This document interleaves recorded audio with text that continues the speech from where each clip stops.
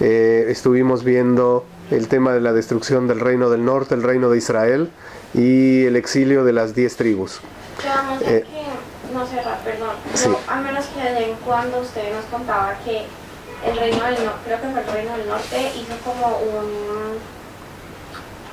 un becerro o algo así. Sí, o sea, el primero de los reyes del Mahult Israel, Yerabam, él instaló, para poder tener en los templos que él construye algo, ¿sí? Él construye un centro espiritual en Dan, otro centro espiritual en Betel, y en ambos va a colocar Egleizah, becerros de oro, ¿sí?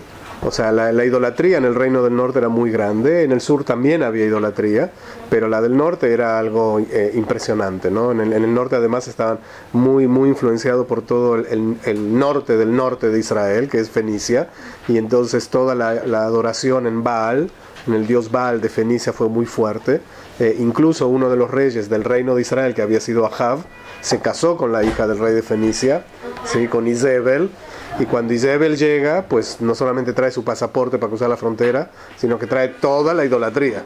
Toda la idolatría. Y el pueblo de Israel, pues estaba muy sirviendo a dioses ajenos, definitivamente. Y fue ahí que en esa época que aparece Eliyahu Hanaví, el profeta de carne y hueso de aquella época, que va a luchar contra la adoración de Baal, pero que se queda, ¿no? O sea, es muy impresionante cómo se insertó la idolatría. Pero bueno, vamos a avanzar para poder llegar a otras épocas. En el año 722 antes de la era común, y en las fechas que ustedes tienen, se destruye el reino del norte a manos de Ashur. Ashur, en español, Asiria, no Siria, Asiria, ¿sí? Los asirios llegan, los asirios eran un pueblo sumamente fuerte, y ¿estamos? Y lo que vimos es que una de las características que ellos tenían cuando conquistaban era intercambiar poblaciones. Llevaban las poblaciones de un lado al otro con el ánimo de quitarles el deseo de rebelarse, ¿sí? Cuando una persona está fuera de su tierra, pierde ese ánimo, ¿sí? Se siente perdido, se siente, ¿qué puede hacer? Está viviendo en otro lado, y a lo sumo que tratar de portarse bien para que no lo fastidien, no lo molesten, y le dejen aunque sea tener algún tipo de autonomía social, religiosa donde esté, y nada más. Cuando uno está en su tierra, sí, siempre busca la manera de sacarse al conquistador de encima. Y entonces eso es una política que le sirvió mucho a Siria. Entonces, por un lado vamos a tener a las 10 tribus que se nos van a ir, y al mismo tiempo población ajena que va a llegar a la tierra de Israel, ¿sí? Porque Israel no se va a quedar vacía, ¿sí? El reino de Israel, ¿sí? También, así como los Yehudim, las 10 tribus se fueron, también los asirios trajeron poblaciones ajenas, y esas poblaciones ajenas se asentaron obviamente en los lugares que había ciudades, en donde había casas. Entonces la gran mayoría se va a quedar en la ciudad de Shomrón, en la ciudad que era la capital del reino del norte. Shomrón, en español, Samaria. Por lo tanto, esta población, cuando llega ahí, van a recibir el nombre de los Shomronim, los samaritanos. Los samaritanos, ¿sí? Sí, hay una historia, sí, claro. No sé si es Goy. Sí, es una historia Goy, pero ahora la vamos a explicar. Me gusta lo de historia Goy.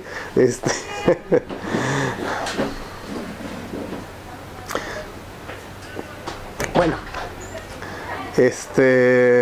entonces, estas 10 tribus, hablamos la semana pasada, les perdemos el rastro.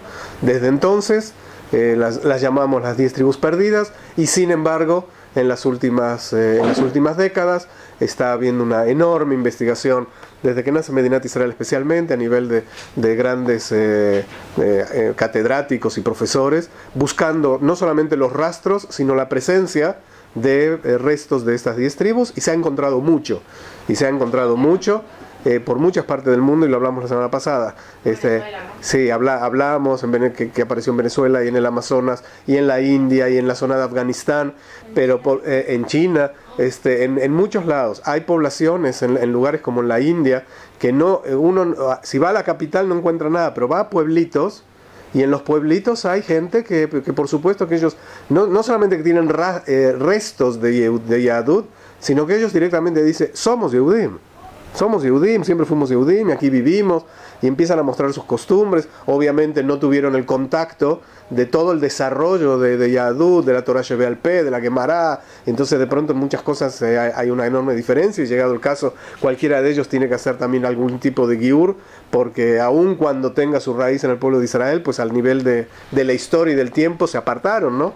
Pero hay incluso películas y libros, documentales me refiero, que de los grandes investigadores sobre las 10 tribus perdidas, y van mostrando cómo prácticamente se ha descubierto a cada una de ellas, ¿sí? Y cómo muchas veces fueron a distintos lugares por tribus, es decir, mantuvieron durante un tiempo la unión tribal, la unión de cada tribu, y entonces en distintos lugares llegaron de distintas tribus.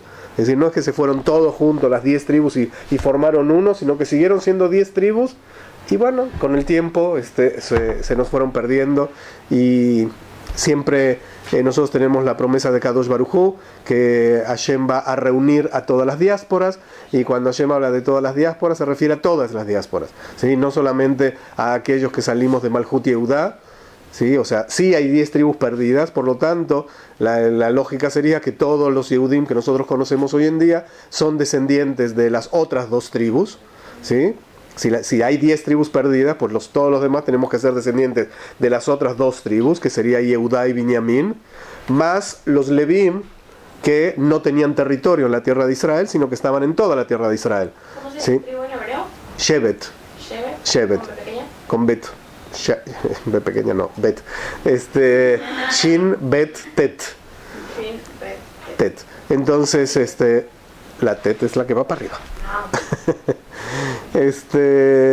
Entonces somos de Yehuda, somos de Binyamin, somos de Leví. Acuérdense los Levíim acuérdense lo siguiente: Jacob, 12 hijos, ¿sí? Rubén, Shimon, Leví. O sea, el tercero fue Leví, ¿sí? ¿Correcto? Sí. 12. Uno de ellos aquí, Yosef. Jacob en un momento dado quizás pensó que había muerto, no solamente que no había muerto, sino que tenía hijos llamados Menashe y Efraín. ¿Najón? Sí. ¿Sí? Y Jacob los toma a Menashe y Efraín como si fueran hijos propios.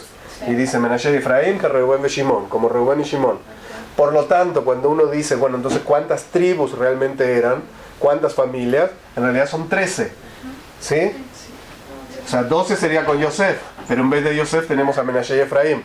¿Sí? En lugar de Yosef como tribu, ¿Por qué no los Menashe los divide. y Efraín? Así es, divide. Si son 12 tribus, porque decimos 13. ¿No serían 14? No, porque no existe una tribu llamada Yosef.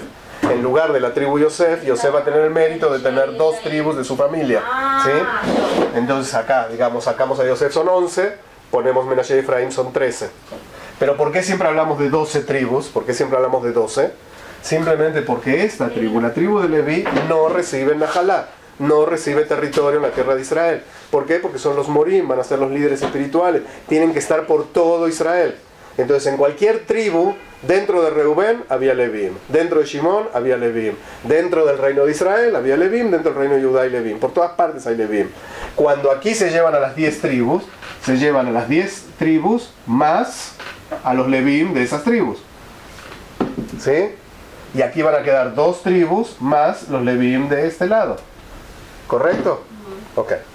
De la tribu de Levim hay una familia, que es la familia de Aarón, hermano de Moshe, del cual van a salir los Kohanim. ¿Correcto? Sí. Todo lo que es el Cohen es parte de Leví, ¿sí? Como si fueran teoría de conjuntos, ¿se acuerdan? Entonces tenemos a Cohen, Leví e Israel, donde todos los Kohanim son Levíim, todos los Kohanim y Levíim son del pueblo de Israel, pero no todo Israel es Leví, ni todo Leví es Cohen. ¿Sí? O sea que los Cohen salieron de los Leví. Correcto. Sí. Entonces, ¿por qué no es al revés? ¿Cómo? O sea que los Leví están en el centro en vez de los Cohen. No, porque todos los Kohanim pertenecen a la tribu de Leví. No todos los Levíim son Kohanim. Claro. No todos los Levíim son Kohanim. Cohen es un grupo más pequeño. ¿Sí? Los Kohen son poquitos. Digamos que haya 100 Kohanim, 1000 Levíim y 10.000 Israel. ¿sí? Entonces, de los 10.000 de Israel, hay 1.000 que son de la tribu de Leví, y de los 1.000 que son de la tribu de Leví, hay apenas 100 que son Kohanim, ¿sí? Por lo tanto, aquí también se fueron, junto con los Leví, Kohanim, y aquí también se quedaron Kohanim. Por lo tanto, hoy tenemos Kohanim, hoy tenemos Leví, y son de ellos, y los demás tenemos que ser o de la tribu de Yehuda, o de la tribu de Binyamin, o descendientes de Gerim, ¿sí? Algún converso o converso actual que se unió al pueblo de Israel en la actualidad o en algún momento de la historia del pueblo de Israel. ¿Sería de la tribu de quién? ¿Quién? ¿Los Gerim? No, algún converso. De ninguna tribu, ¿sí? De las otras tribus. ¿Uno puede sentir como conexión con alguna tribu? Yo creo que no sé. Como que yo de verdad vengo de la tribu de Benjamín. De la tribu de Benjamín, ¿por qué? No sé. Porque eres la chiquita. Mi patrón se llama así, pero como Benjamín, como que siento como paz interior, no sé. La verdad es un poquito extraño. Yo supongo que para el tema de Leví, Cohen debe ser algo más especial, Claro. pero con el resto, pues la verdad que no. A mí no me ha sucedido nada en ese sentido, entonces no te lo puedo contar. No he sentido nunca si soy de Yehudá, de Binyamin, la verdad que no. Y no he leído, pero las Neshamot sienten y saben, así que quizás, o sea, no te puedo decir que no. Sí. Quizás existe algo, quizás incluso haya algo escrito y desconozco el tema. Sí, Una pregunta sobre las tribus. sí. ¿Dónde están las otras tribus? ¿Cuáles son? ¿Las 10 tribus perdidas? Ya lo hablamos. Sí, o sea, que unas no están, otras están, si están, no están, O sea, están perdidas. sí, en principio, las que tenemos son las dos tribus, Yehudá, Binyamin, sin saber quién es de Yehudá y quién es de Binyamin, sino que estamos mezclados, más Leví y Kohanim. ¿Sí? Cuando viene el Mesías, no solamente que lo vamos a saber, sino que Él va a unir a todas las demás y las va a traer de regreso. Hay tribus, estaba explicando cuando recién te saliste, que están identificadas de alguna manera los descendientes en algunos lugares del mundo, solo que incluso en algunos lo único que tenemos son testimonios y restos, ¿sí? de esas tribus, no solamente arqueológicos sino antropológicos, ¿no? en las costumbres de la gente, en los nombres de las personas, los nombres que dieron a distintos pueblos. O sea, se siente la presencia del hebreo en lugares lejísimos, ¿sí? de personas que mantuvieron dentro de un país como la China, un nombre cuya raíz es totalmente semítica, totalmente yehudía. Entonces, y relacionado con los nombres justamente más conocidos nuestros, ¿no? Entonces, por un lado tenemos eso. Por otro lado, tenemos personas que hasta el día de hoy hablan de su legado judío, ¿sí? Y dicen ellos directamente, nosotros somos descendientes. Así como tenemos a los Anusim, pero los Anusim, los marranos, los descendientes de España, con la diferencia que en este caso estamos hablando de hace 500 años atrás, ¿sí? O sea, es mucho tiempo, pero son 500 años, que es la expulsión de España, y hay mucha más documentación, ya se escribió mucho más, ya hay imprenta, ya hay muchas cosas. Estar hablando de hace 2800 años, perdemos mucho más la pista, ¿no? Incluso aquellos que son Anusim, los que son descendientes de España, pasaron 5 siglos. Muchos de ellos no lo saben, muchos de ellos están tan lejos, muchos de ellos no saben qué hacer, ¿sí? Y de pronto descubren que en la casa abren un cajoncito y aparecen un par de tefilim que pertenecían al tatarabuelo y no saben qué es, y lo guardan y lo van dando de generación en generación. Y hay familias que, por ejemplo, no se casan, salvo entre ellos mismos, todo el tiempo entre la familia, o sea, primos y primos y primos. ¿Y por qué? Porque la costumbre en la familia es casarse entre primos. ¿Sí? No hay prohibición de casarse entre primos según la Torah, o sea, primos hermanos no hay ningún problema de casarse. Y entonces, ¿para qué lo hacen? Para así saber que siempre están en la misma familia, que entonces no saben por qué. ¿Sí? O sea, realmente cuando uno empieza a preguntarle, bueno, pero ¿por qué no sé, es la costumbre en nuestra familia. Pero ¿qué significa esa costumbre? Que realmente estaban en un lugar, que realmente los únicos que estaban era esa familia, mezclados con puros goyim. Y entonces cuando había que buscar una pareja para el hijo, ¿a quién buscaban? A la prima. ¿Sí? O sea, simplemente, ¿para qué? Para que no se vaya con goyim y así mantener un linaje, una estirpe. Hay muchas familias en todo lo que es América, que saben de su origen. Algunos quieren regresar, algunos no quieren regresar. Algunos saben que su origen es judío, pero son católicos hoy en día, orgullosamente católicos, y mantienen su cristianismo. Y de alguna manera, bueno, saben que yo tengo un antepasado judío. ¿Sí? Hay veces que sucede al revés. Hay personas que de pronto, y pasa mucho, que se acercan, ¿no?, a la comunidad y dicen, yo tengo antepasados judíos y por lo tanto soy judío. Y es muy difícil decirle, perdón, no eres judío, tienes antepasados judíos. Y para ver realmente si eres judío, primero hay que checar tu linaje del lado materno, ¿sí? Si se mantuvo, pues sí, te voy a decir que sí, que eres, y sí puedo comprobar tu origen. Pero si no, pues no, o sea, tendrás un antepasado judío, y como cualquiera, incluso cualquiera de nosotros que es yehudí sin ningún problema, tiene un hijo que se casa con una goyá, pues ese nieto va a ser goy. Entonces va a decir, pero mi papá es judío y mi abuelo es judío. Sí, está bien, pero se rompió la cadena. Y si vas a querer regresar al pueblo de Israel, aun cuando tu cercanía es de una generación, tienes que hacer conversión. O sea, si para una generación tiene que hacer conversión, para 500 años o para 2700 años, por supuesto que tiene que pasar una conversión o una comprobación de que realmente no se afectó nada. Hoy en día, Baruch Hashem, con todo lo que es el internet, la comunicación, todo el mundo rabínico estamos comunicados, ¿no?, en todas partes del mundo. Entonces rápidamente se puede investigar de un yehudí o de un no yehudí. Si antes era mucho más difícil, llegaba una persona de un lugar a otro, llegaba un francés a Rusia, ¿sí?, y decía, yo soy yehudí, yo soy Cohen. Bueno, ¿qué documento tienes? ¿Cómo? Bueno, soy. Y incluso en el tema de Keuná se dice que cuando alguien dice ser Cohen, se le cree. Simplemente, si alguien, en un Beit Knesset, de pronto un Shabbat, ¿hay algún Cohen aquí? Alguien levanta la mano y se lo llama para subir a la Torá. ¿Sí? No se le pide Teudat Zeut. ¿Sí? Simplemente dice que es Cohen, como entendiendo, ¿quién va a inventar ser Cohen? ¿Para qué va a inventar ser Cohen? Seguro que es Cohen. Entonces va a subir. En el caso de Israel, es más complicado. Y en el caso de Israel, cuando los rabanim en todo el mundo tenemos que hacer bodas y de pronto llega una pareja, un par de desconocidos y que se quieren casar, pues bueno, hace falta documentos, ¿no? Así como hace falta documentos para sacar un pasaporte, pues hace falta documentos para sacar una ketubá. Es exactamente lo mismo, solo que la gente se enoja. Con los rabinos se enojan, con las embajadas no se enojan tanto. ¿Sí? En serio. O sea, ¿pero cómo? ¿Usted no me cree que soy judío? No es que no te crea. Necesito un papel. Sí, necesito un testimonio, o sea... El rabino que me va a casar es el rabino de él, no es el rabino mío. Sí. Y es de Estados Unidos. Y me decía, entonces, la vez que fui a Estados Unidos fue en septiembre, me dijo, bueno, necesito que me muestre las pruebas. Y yo las tenía ahí, pero yo decía, ¿cómo vas a sacar con los judíos? Y no tenía. Yo, bueno, y me esperan, me dijo, ¿cómo así las trae? Yo siempre cargo mis papeles, porque yo nunca, ya aquí, yo ya no sé cuándo es que me van a pedir papeles. No, bueno. Entonces tengo un morro así, se lo paso y empiezo, bueno, no importa, ya. Y yo, bueno, pero tipo, como que nunca pensé que me los iba a pedir. El rabino, que no entendí, como que yo digo, bueno, ya. ¿Y cómo no? Pero, sí, pero no sé.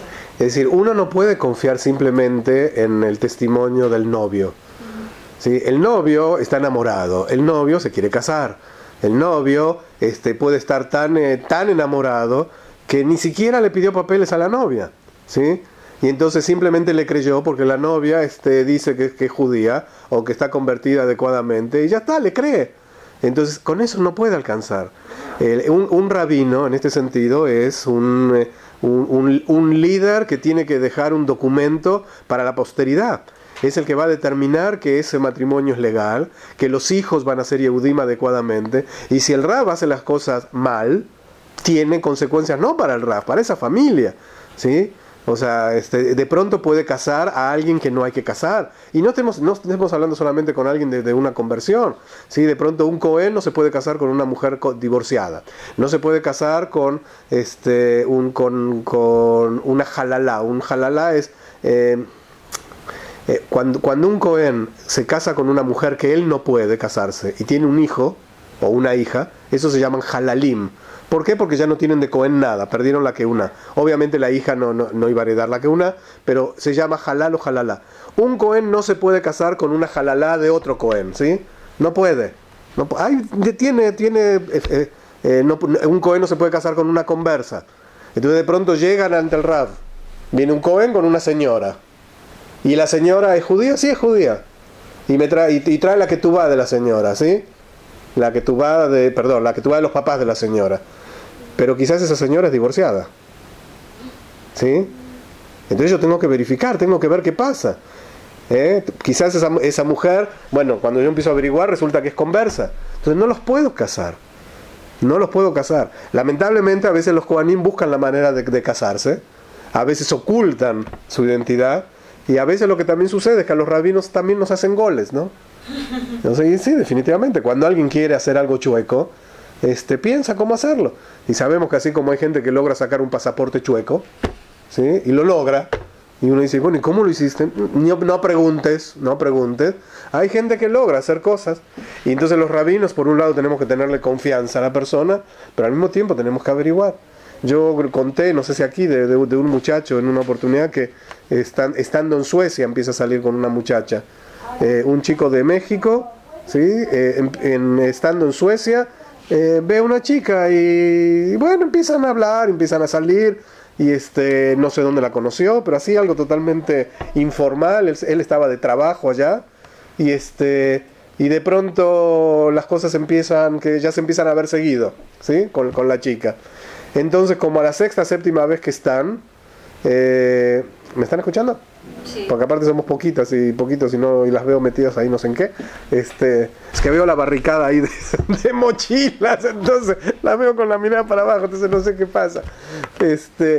Viene un día la niña y viene con una cadenita con un Maguen David, con un Sion. Y entonces él la mira y le dice, ¿por qué tienes puesto eso? Entonces ella, la sueca, le dice, porque yo soy judía. Dice, ¿tú eres judía? O sea, el muchacho salía con la chica, él judío, ¿sí? Pero ni se imaginó que en Suecia, en un pueblito cualquiera, con la chica, bueno, cada uno Baruj Hu sabe cómo hace las cosas, ¿no? Ahí estaba su bashert, ¿sí? Y entonces ella le dice, la verdad que yo me lo puse porque para mí era importante que tú sepas que yo soy judía.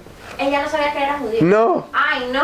Y entonces para ella era importante que él sepa, para no seguir adelante, o sí seguir adelante, pero sabiendo cómo es. Y entonces ella le dice, él le dice, no, yo también soy judío. ¿Cómo? Sí, no, sí. Bueno, felices, contentos, maravilloso. Llegan a México ya los dos. Quieren, él es de México. Él es de México y ella de allá. Vienen a México y quieren casarse. Y vienen con este rabino. Me quiero casar. Y yo ya los conocí a los dos. Dije, ok. Entonces viene él, el muchacho, y me dice, queremos ya hacer todo para poder casarnos, ya tenemos fecha, esto y lo otro. Digo, está bien.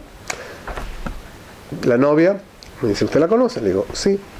Me dice, ¿está todo bien? Le dije, no está todo bien. Yo necesito papeles.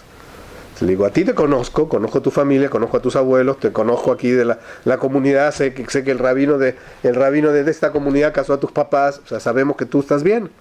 Yo de ella no sé nada. No, pero ella es judía. Le digo, ¿y cómo sabes que es judía? Ella me dijo que es judía. Y tiene un Maguen David. Así me dice, tiene un Maguen David. Le digo, pero un Maguen David te vas a la calle y compras en cualquier joyería un Maguen David. O sea, no hace falta. ¿Cuántos goim tienen un Maguen David? Que se lo cuelgan como estrellita linda. O sea, ¿por qué no? ¿Sí? Hay gente que lo compra y ni sabe lo que es, pero le gustó la forma y se lo pone. O sea, eso no es identidad, eso es simplemente alguien que se puso una joya. ¿Y qué? Si no tiene papeles mi novia no los va a casar, no nos va a casar. No. ¿Cómo no? No te puedo casar. Digo, si imagínate que te case y te estoy casando con alguien que no es judía. Tus hijos van a ser goim. Digo, ¿cómo voy a hacer una cosa así? No se puede. Bueno, entonces, ¿qué necesita? Necesito la ketubá de los papás de la niña. Y si no tiene la ketubá, bueno, averigua dónde se casaron. Averigua en qué comunidad se casaron. En algún lado se tuvieron que casar los papás. Hoy en día nos conectamos, hablamos a la comunidad de Suecia y pedimos datos de esta familia y llega una carta, un certificado de identidad judía, algo, ¿sí? De donde yo pueda decir, mira, esta persona no tiene ningún problema de identidad. No, yo no creo que tenga nada ella. Le digo, ¿por qué no va a tener nada? No, porque es de un pueblito de Suecia. Le digo, bueno, y tú eres de un pueblito de México, ella puede pensar lo mismo de ti. Le digo, ¿por qué estás suponiendo? ¿Sí? Bueno, no. Entonces, ¿no nos va a casar? No. Así no. Bueno, se va enojado. ¿Sí? Ofendido. No pasaron ni 5 minutos y me llama el papá del muchacho. ¿Se puede saber qué es eso de que no va a casar a mi hijo? Ay, no. Nosotros tenemos que aguantar muchas cosas los rabanim. Baruch Hashem es parte de las grandes espaldas que tenemos. Y le digo, no, es que no tengo la documentación necesaria para poder casarlos en este momento. Y me dice, pero ¿y ese es el motivo por lo que no los va a casar? Digo, no, o sea, en las circunstancias actuales le digo, no lo voy a casar por ustedes. Digo, para que ustedes estén tranquilos de que su hijo se casa con alguien del pueblo de Israel y que los nietos de ustedes van a ser Yehudim. Entonces yo lo hago por ustedes, por el hijo de ustedes. Pero además es cierto. O sea, no es que le estoy vendiendo una mercadería, es real. Le digo, ¿usted quiere que su hijo se case con una goya? Me dice, pero ella no es goya. ¿Está usted seguro? ¿Está usted seguro? Yo no lo estoy. Yo no estoy diciendo que es goya. Pero necesito un documento. ¿Sí? Para cualquier cosa. ¿Qué? Llego al aeropuerto. ¿A dónde va? Me voy a México. ¿Ok? ¿Pasaporte? No vengo. Pero voy y vengo. Bueno, pero necesito un papel. No, pero yo soy Aaron Gulman. ¿Y puedo irme del país? No puedo. ¿Sí? Va a haber elecciones. Puedo llegar a decir, Shalom, ¿cómo están? Hey, presenta, ¿eres israelí? Yo me siento, ¿sí? Siento que soy de la tribu tal. No puedo decir así, ¿verdad? No puedo. Y decir, sí, ya estoy. O sea, yo te decía, puede ser que sí, puede ser que no sé. ¿Sí? Hasta que no aparezca un testimonio que diga, va a estar dificilísimo. Bueno, va a venir Melech HaMashiach y nos va a aclarar. Pero así no puedo. ¿Sí? A nivel de sentimientos es muy lindo, pero a nivel oficial, legal, las cosas tienen que estar bien. Bueno, está bien, enojado, ¿no? Me dice el señor, pero digamos, entendiendo un poco, digo, por favor, yo los ayudo a investigar. Yo los ayudo, pero vamos a ver. El muchacho, con toda la vergüenza del mundo, se fue con la chica. Se fue con ella. ¿Otra vez a París? No, fue, le dijo, no sabes lo que pasa. Dice, nada, que el rabino, ¿cómo te lo digo? ¿No? Que el rabino no nos quiere casar. Dice, ¿por qué no nos quiere casar? No, porque dice que necesita papeles tuyos. Y ella le dice, y lógico que necesita papeles míos. Y dice, ¿por qué no se los voy a dar? Si yo tengo todos los papeles, así como tú dices. Yo tengo todo, ¿qué problema hay? Y él dice, ¿tienes papeles? Sí. ¿Tienes la que tuve de tu papá? Pero claro que tengo la que tuve de mi papá. ¿Cómo no la voy a tener? ¿Y se está imaginando que ella no lo está? Él tenía miedo de que ella no tuviera nada. Él se inventó toda la película. Pero si ella es una chica judía, de padres judíos, y obvio que tiene algo, sí, que tiene un documento. Y a la tarde llegaron a la oficina, trajo los papeles, y te das cuenta, tanto lío le estás dando. Sí, Baruch Hashem, acá tengo. Por supuesto, que como era una ketubá de una comunidad tan lejana, bueno, también verifiqué que esté todo bien, ¿no? Porque hoy en día también sabemos que hay ketubot de templos conservadores y templos reformistas, e incluso si alguien quiere hacer cosas todavía más mezquinas y feas, hasta puede mandar a imprimir una cosa y firmar cualquier cosa, ¿no? Y sí. No, Ra. Quien quiere falsificar papeles, y hay gente que falsifica papeles, lo hace. Y lo hace para cualquier cosa, y hoy en día, hoy no antes había que ir a una imprenta a hacer algo así, hoy lo hacemos en casa, ¿sí? Hoy puedes tener el título de lo que quieras enmarcado en la pared con la firma del rector de la universidad. ¿Cuál quieres? ¿Qué quieres ser? ¿Doctora en electroquímica genética molecular? No sé, estoy inventando, ¿no? De Harvard. Te metes en internet, bajas el diploma, confirmas y todo, lo imprimes, le echas un garabato, lo enmarcas, lo pegas en la pared y empiezas a atender. En Colombia eso se hacía, ¿no? Pero mundialmente. Hoy tú vas de un doctor y no estás segura si realmente es doctor. Sí, por supuesto que debe tener alguna licencia, pero así aparecen, ¿no? Y cada tanto uno se entera. Con dolo. Claro que hay dolo, pero la gente es dolosa. Sí, la Torah nos dice que no hagamos esas cosas, pero sí lo dice porque sí lo hacemos, nosotros y el mundo. Sí, entonces hay que cuidarse, de todo hay que cuidarse. Entonces, bueno, con el tema de estas tribus, pues bueno, definitivamente tendremos mucha dificultad para poder verificar de una por una. Decimos hoy en día que los etíopes, los que han llegado aquí, pertenecen a la tribu de Dan, una de las 10 tribus perdidas, y que de alguna manera se les asignó que ellos sí son de Dan porque tienen el legado que pertenecen a esa tribu, pero fuera de eso realmente las cosas todavía siguen muy en la tiniebla, ¿no? Que no sabemos exactamente qué. Sí. De las 12 tribus. Sí. Se supone que, bueno, son los hijos de Jacob. el hijo más querido para él era Yosef. Sí. ¿No? Yosef no tiene una tribu, tiene... Dos. De alguna manera él tiene dos. Menashe y Efraín. Sí. No se puede decir que, digamos, esa es la mejor, o sea, no. Sí. Como que, porque Yosef era el hijo más querido de Jacob, no se puede decir que, digamos, entonces Menashe y Efraín son como las dos tribus principales. Tipo, no necesariamente. No, porque además Jacob va a dar brajá a cada uno de ellos y a cada uno diferente. Pero el reino del norte, justamente Yerabam, el primer rey, era de Efraín. Entonces el reino del norte, cuando se divide, es como que de alguna manera queda Efraín al norte y Yehudá al sur. Y así se los conoce también. ¿Sí? Como que de alguna manera la descendencia de Yosef está en el norte y la descendencia de Yehudá está en el sur. ¿Sí? Entonces sí. ¿Esa es la mejor tribu? No, cada tribu tiene lo suyo, y digamos que la tribu de Leví obviamente tiene un nivel de un rol espiritual sumamente importante sobre todas las demás, pero hasta ahí llegamos. Nos vamos al sur. El reino del sur sobrevive, a pesar de que incluso Asiria invadió, rodeó Jerusalén casi cae, pero definitivamente Kadosh Baruj Hu no quiso que sea ese el momento que se termine Malhut Yehudá, sobrevivió y va a lograr mantenerse como tal todavía un siglo y medio más el reino de Yehudá. El reino de Yehudá va a caer posteriormente el año que normalmente se maneja, y ahí también tienen ustedes el año que en la cronología hebrea, pero el año que la mayoría de la gente maneja es este año, el 586 antes de la era común. El reino de Yehudá va a caer por el imperio que hizo caer a los asirios, que es Babilonia. Es decir, Babilonia conquista a Asiria, y Babilonia llega a este territorio, va a invadir el reino de Yehudá, invade, destruye el reino de Yehudá, Jerusalén, el Beit HaMikdash. Y a la población de Yehudá se la lleva a Babilonia. ¿Sí? Conocemos ese episodio. Nos vamos entonces. Estas tribus se nos perdieron. Estas tribus se van a Babilonia. ¿Sí? Babilonia hoy es Irak. Se fue la gran mayoría de todo lo que era la aristocracia del país. Prácticamente todo lo que era la Keuná, el sacerdocio. Los descendientes de David, o sea, todos los que tenían dinastía, linaje real, la gente adinerada, y se sabe que la gente más del pueblo, ¿sí?, los dejaron. Muchos de ellos también, por la situación que se vivía aquí en Israel durante ese tiempo, también se fueron, porque era un país en ruinas.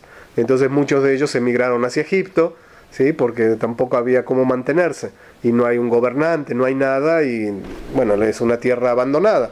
Entonces no es fácil quedarse, pero algunos, por supuesto, siempre hay que saber que para poder irse de un lugar al otro hay que poder. Cuando a veces uno habla, por ejemplo, hoy en día la comunidad de Venezuela tiene enormes problemas, enormes, y uno desde afuera dice, ¿por qué no se van? Entonces tenemos así, la gente que tiene mucho no se va porque no quiere perder todo lo que tiene, y la gente que no tiene no se va porque no se puede ir. Porque en serio, o sea, no es así de simple. Bueno, ¿a dónde voy? No tengo ni para el pasaje de avión. ¿Sí? O sea, no es fácil. Una vez dice, bueno, para un pasaje de avión no tienes. Perdón, un pasaje de avión son $1,000. Bueno, sabemos que hay otros motivos, ¿no? Y hay muchas cosas y nos cuesta mucho hacer aliyá. Al pueblo de Israel le cuesta. Llegar a Israel le cuesta, ¿no? Entonces pensamos en cualquier otra opción. Pero para poder irse también hay que poder irse. Y entonces muchos también de esta población en aquellos años también se quedan con hambre, con situación de no tener un gobierno, en una situación prácticamente de guerra, se quedaron en Israel viviendo en las ruinas de lo que había quedado. En Babilonia estuvimos 70 años. Cuando estuvimos en Babilonia, y como nosotros sí regresamos y no nos perdimos, y quizás por la experiencia de las 10 tribus anteriores, estas dos tribus se mantuvieron. Las dos tribus, Yehudá y Binyamin, y los Levín que tenían adentro, se mantienen en Babilonia. Quizás incluso porque los que se fueron eran los Kohanim, y eran los de la dinastía del rey. Entonces se mantuvieron. Construyeron en Babilonia Batei Knesset. ¿Sí? Posiblemente el origen del Beit Knesset es anterior a Galut Babel. ¿Sí? En muchos textos van a encontrar que dice que el Beit Knesset nace en Babilonia. Sin embargo, hay restos y hay documentación de que antes del exilio ya existía lugares donde el pueblo de Israel se reunía a rezar, independientemente del Beit HaMikdash. Entonces, quizás estaba empezando a germinar la idea del Beit Knesset y en Babilonia se afianzó. Obviamente no hay Beit Mikdash, no hay sacrificios. Y cuando hay algo que nosotros tenemos que entender. Imagínense que hoy de pronto desaparezcan todos los Beit Knesset del mundo. Y de pronto aparezca un profeta y nos diga, ya no recen. Si quieren comunicarse con Kadosh Baruj Hu, no puede ser a través del rezo. ¿Sí? Los sidurim ya caducos. Bueno, y entonces me quedo así sin las herramientas. Bueno, pero yo sé que me reúno y tengo shaharit y minjá, no, esto ya está, fuera. Pero ¿y con Hashem? No sé, otra cosa hagan. Que me pongo a bailar, ¿qué hago? En el Beit HaMikdash, el servicio que se hacía de la Avodah era muy diferente al del Beit Knesset. Todo estaba alrededor de Korbanot. Todo era con sacrificios, con animales que llevaba, que los ofrendaba, el incienso, el altar, o sea, era muy distinto. Y entonces de pronto cuando la destrucción del Beit HaMikdash trae un shock muy grande a nivel de, bueno, y ahora con Kadosh Baruj Hu, ¿cómo sigo? ¿Cómo me relaciono? Y es la época entonces que surge con enorme expansión el tema de la tefilá y el tema del Beit Knesset. ¿Sí? La tefilá va a ocupar el lugar de los korbanot. En vez de los korbanot, mis palabras van a ser. La mesa va a ser como un altar. ¿Sí? Empezamos a tener ideas que es... cuando uno dice, bueno, la mesa es un altar, uno dice, perdón, la mesa no es un altar, la mesa es una mesa. ¿Sí? ¿Por qué me dices que la mesa es un altar? Metafóricamente lo entiendo, pero la mesa es una mesa, ¿no? Y acá como, no, cuando tú comes es como los kodashim, es como los korbanot, y entonces es como, de alguna manera quiero traer un recuerdo de algo que no tengo. ¿Ustedes saben cómo nacieron los tallarines? ¿Tallarines? Sí. ¿De dónde son originarios los tallarines? ¿Italia? No. ¿Grecia? No. Asia. ¿De Asia de dónde? Asia es grande. Pero bueno, por lo menos ya sabemos que no. De China. De China. De China van a llegar a Italia por Marco Polo. ¿Sí? Por eso después se hacen famosos desde Italia. Pero es Marco Polo el que los trae desde la China.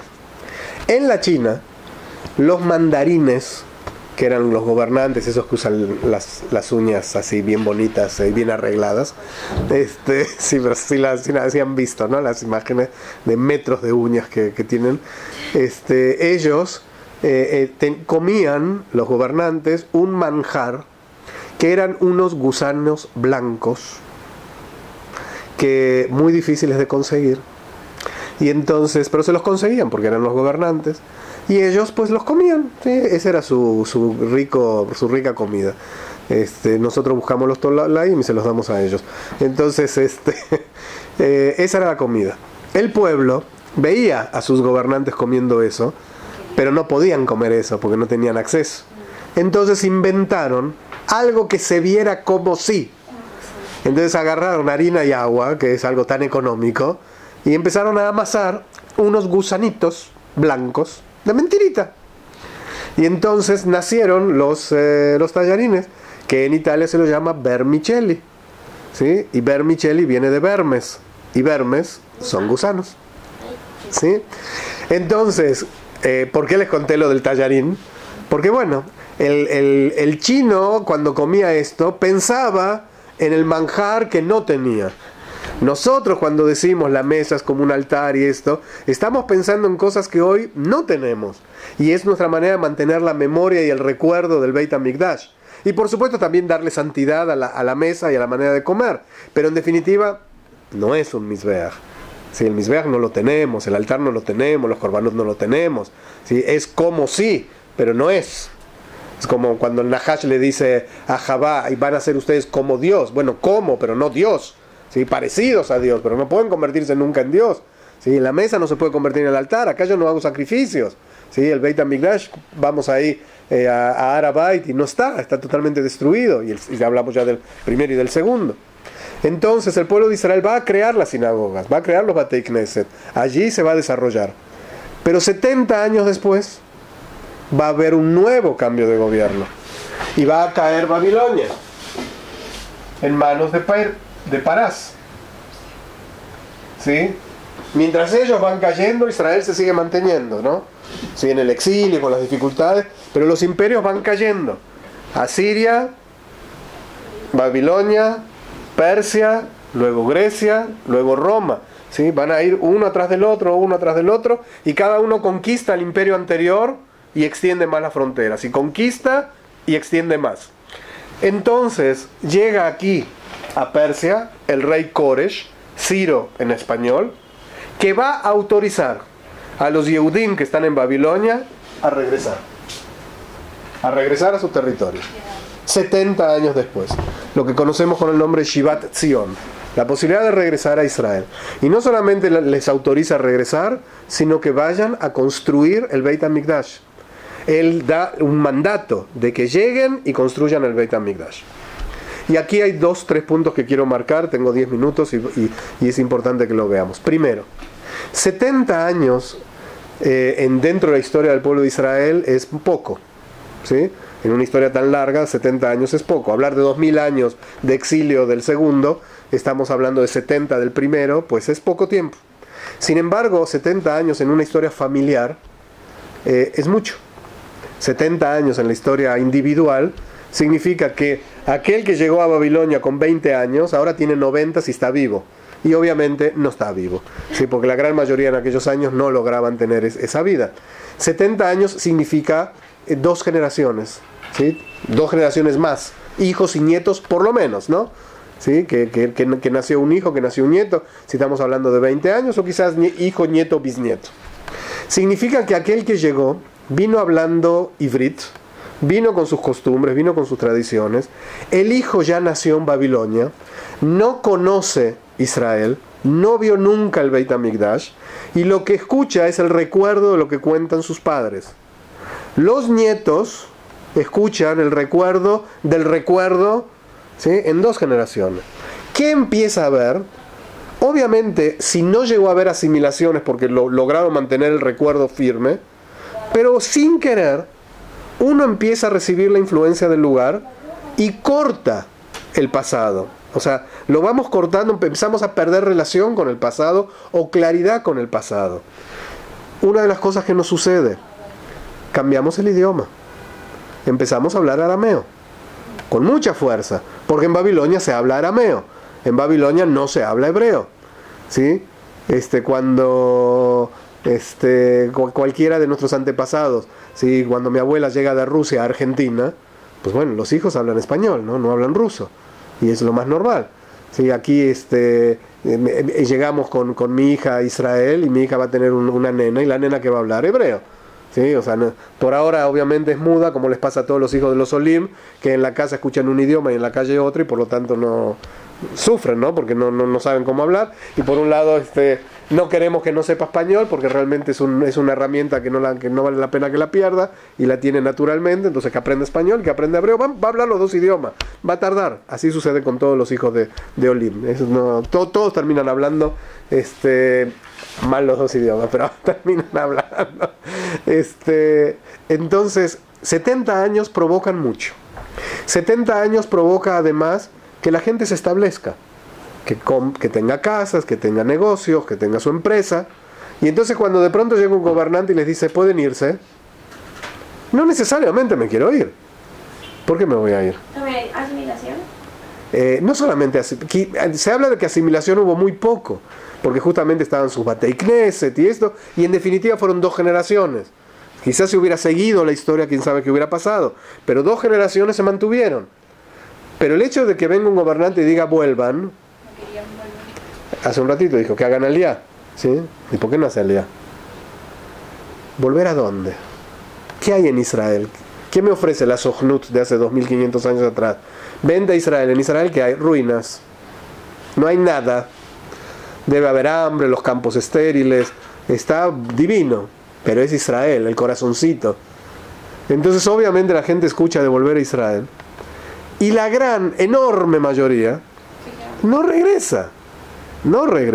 ¿Quién sí regresa? Los No. De que no tenía No. analfabeto. No. Los amares.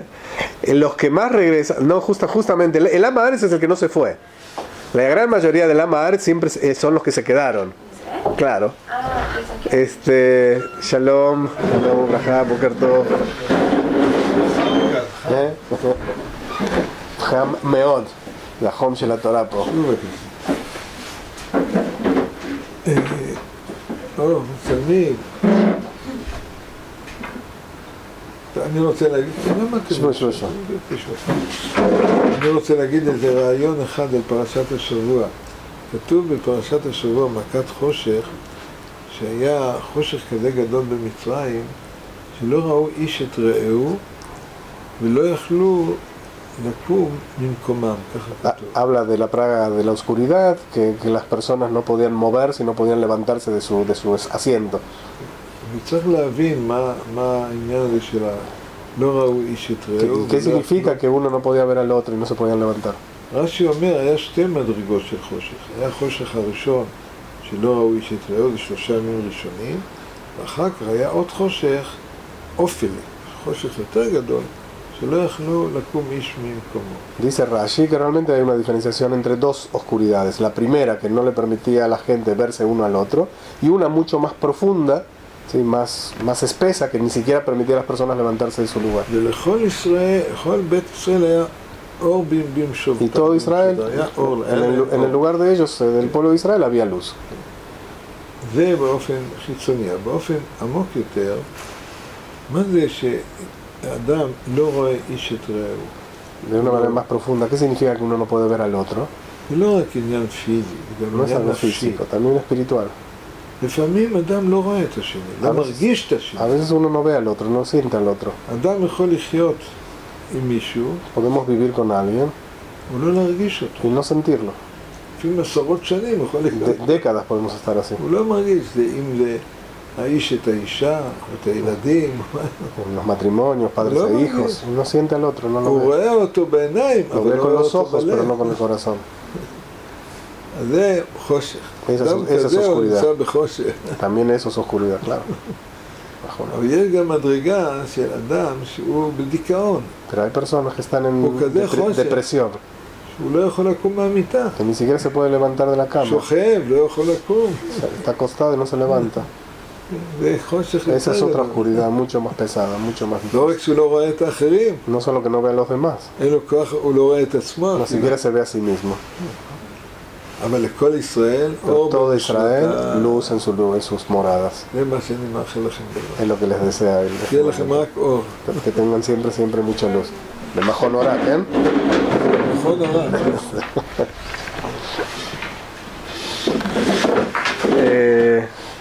Me quedan 5 minutitos. Entonces, 70 años hicieron lo suyo. Por un lado, cambiamos el idioma, hablamos arameo. Hay conceptos que vamos a empezar a tomar del lugar. Una de las cosas que tomamos de Babilonia son los nombres de los meses. ¿Sí? Tishrei, Heshvan, Kislev, no es Ivrit. Son de Babilonia. ¿Está el mundo Sí. en este tiempo o con respecto? 10 siglos después. Entonces, 10 siglos después, los nombres- con los descendientes de los descendientes de los descendientes de estos que se quedaron. ¿Cuáles eran los nombres normales de los meses? La Torá habla así. Primero, Jodesh HaRishon, Jodesh HaSheni, Jodesh HaShlishi. ¿Sí? Entonces teníamos, el día de la semana era con números, el nombre del mes era números, y el día del mes era número. Entonces era Yom Rishon, Ashlishi, Shel HaChodesh HaRevi'i. Así era. ¿Sí? O sea, los días de semana son Rishon, Sheni, primero, segundo, tercero, cuarto, quinto, sexto, Shabbat. ¿Sí? Esos son los nombres de la semana. Los días es día 1, 15, 18 es número. Y los meses también. En la Torah cuando dice, ¿sí? Bajo de Shashvi, bajo de Sharishon. Sin embargo, en el mismo Tanaj vamos encontrando algunos nombres que después se le pusieron en Israel a los meses. Y aparece, por ejemplo, Jodesh Aviv, como Jodesh Nisan, el mes de la primavera. Y aparecen otros varios, en total hay 4 nombres que quedaron registrados y son los únicos que conocemos, que es Jodesh Ziv, Jodesh Bul, Jodesh Aitanim. ¿sí? Son los 4 que tenemos. Itanim era Tishrei, Ziv, Bul y Aviv. Obviamente, si estos están, significa que todos, que posteriormente ya había un nombre hebreo para todos, solo que no quedó el testimonio hasta el día de hoy.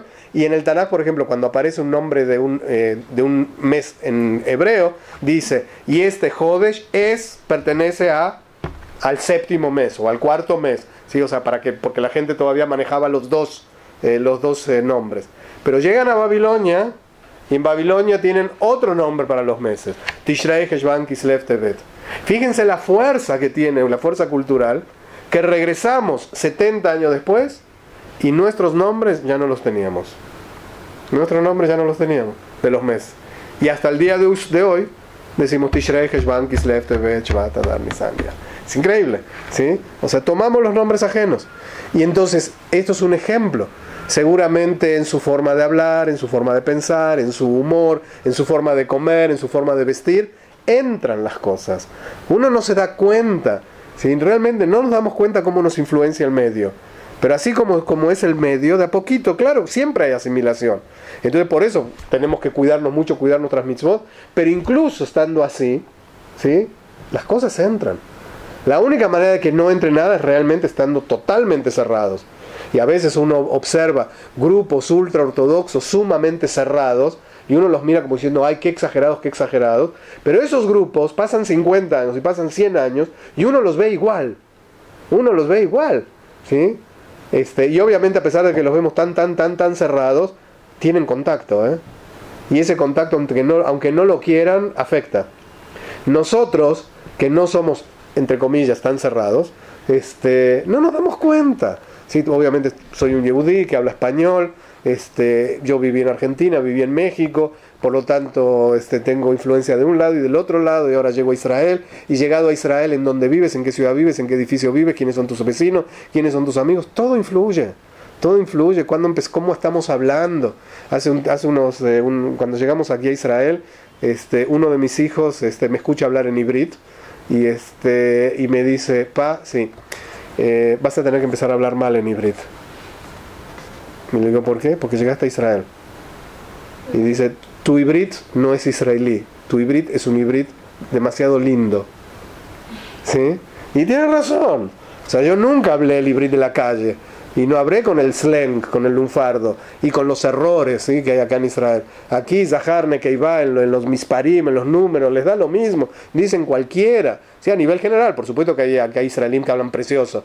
Pero aprender todo. El otro día estoy en un curso que estoy tomando los viernes de arqueología del Arabait, algo precioso. Y de pronto hablan de la crematia. ¿Saben lo que es la crematia? Y de las urnot. Sí, son palabras en hibrit, la crematia y las urnot. Y yo lo miro y digo, bueno, pero no hay palabra en hibrit para decir eso.